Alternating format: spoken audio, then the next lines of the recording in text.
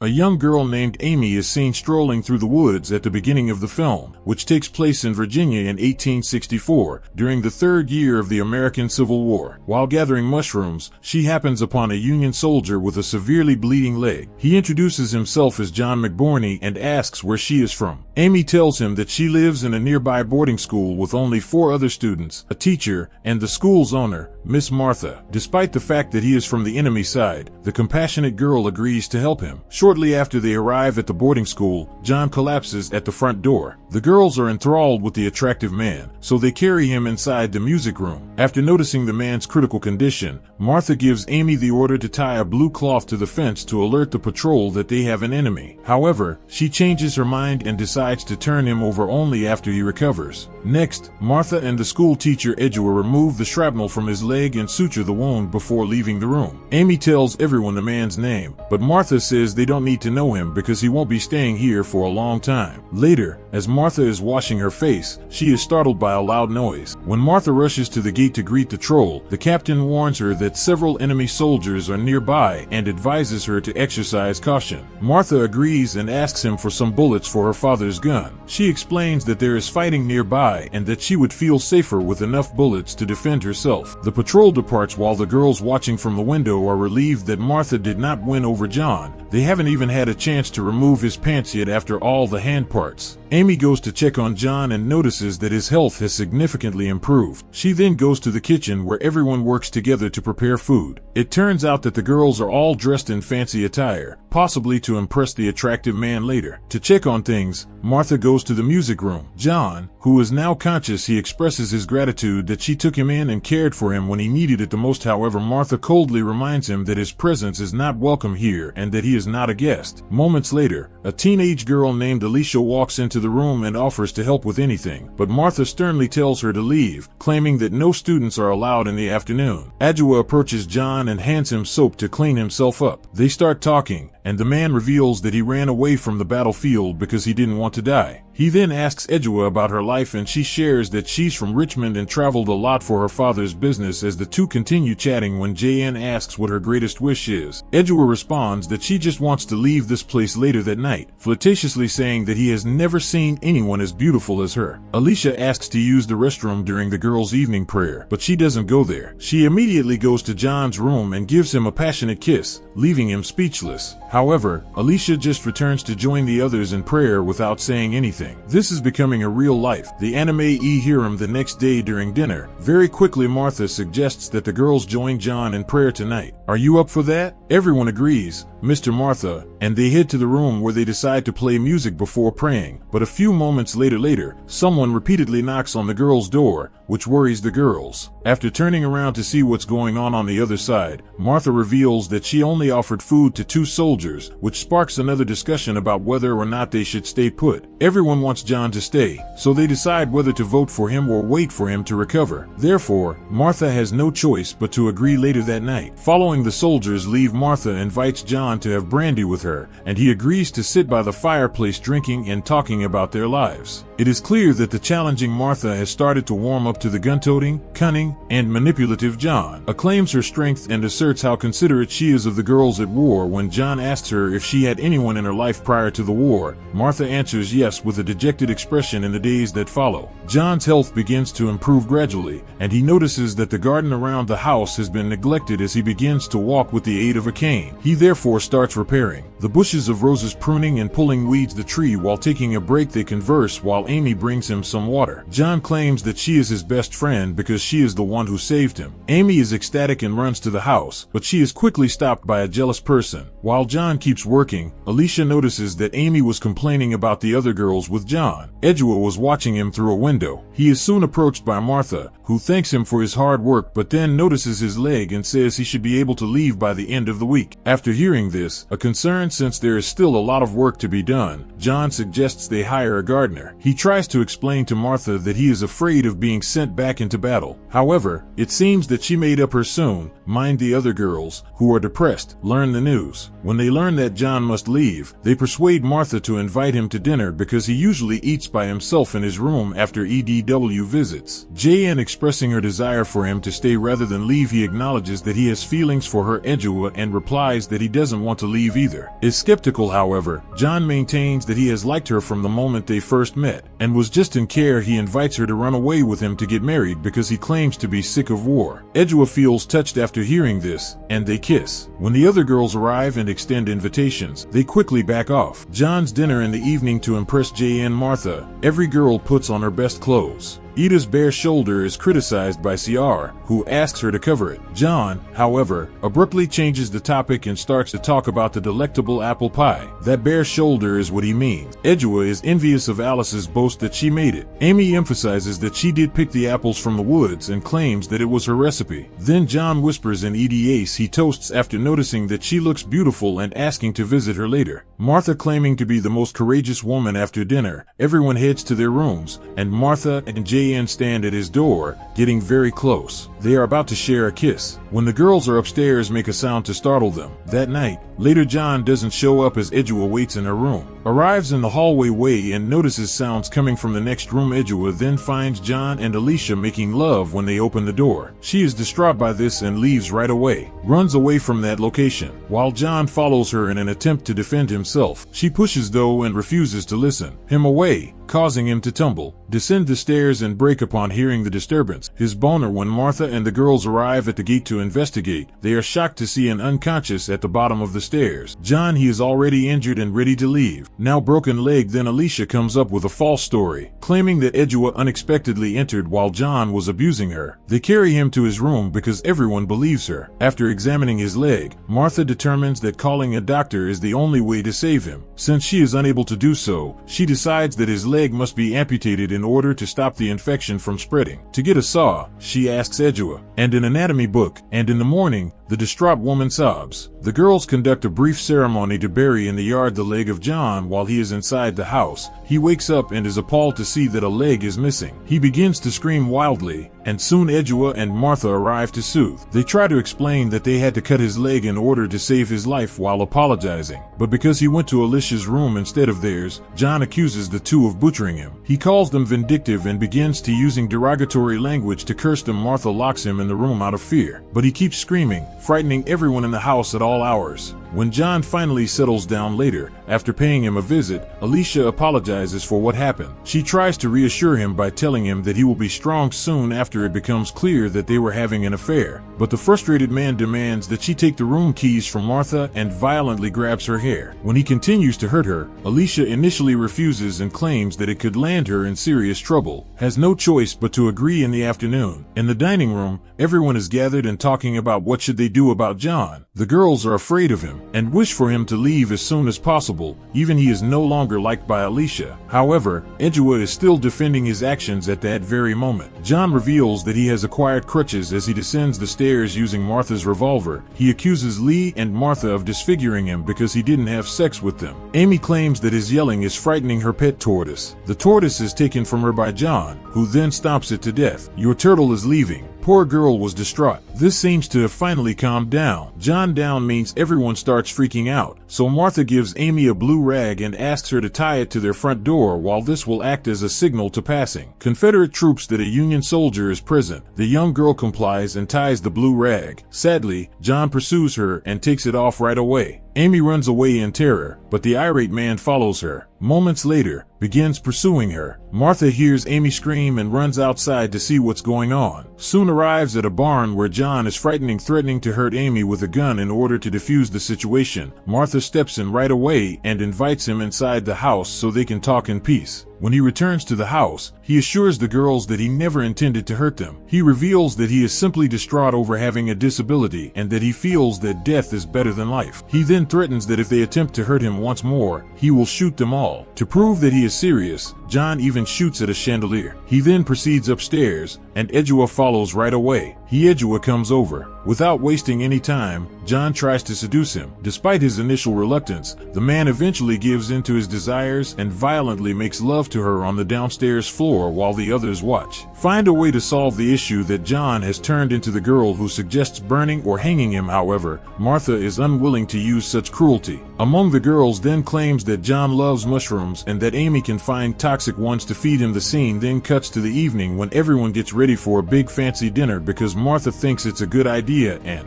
All the girls decide to carry it out without telling Adjoa. After being intimate with Adjoa, John also seems to be in a good mood, so he accepts the invitation to dinner during the meal. The girls change their minds and offer him, even though he feels embarrassed by his outburst and apologizes to everyone. Unique mushrooms picked by Amy. Adjoa is about to eat them when the others remind her that she doesn't like mushrooms, which she agrees with. John accepts them without hesitation and graciously passes them to her. While John says the mushrooms are the best meal ever, I didn't consider that. He then begins to gasp and has trouble breathing, which is unlike anything I've ever had. Adjoa comes to be concerned about him, but the others don't seem to care and start to talk about unimportant things. The soldier will soon. Adjoa is devastated to learn that he was poisoned when he collapses dead to the ground round. We see the girls sewing the next morning. As the film comes to an end, everyone returns to their regular route as if nothing had happened, with the exception of the soldier, who is visibly distraught and who turns to find the next place to hang out. Subscribe to watch more videos like this. Leave a comment about your favorite movie, and we will make it next. Thanks for watching.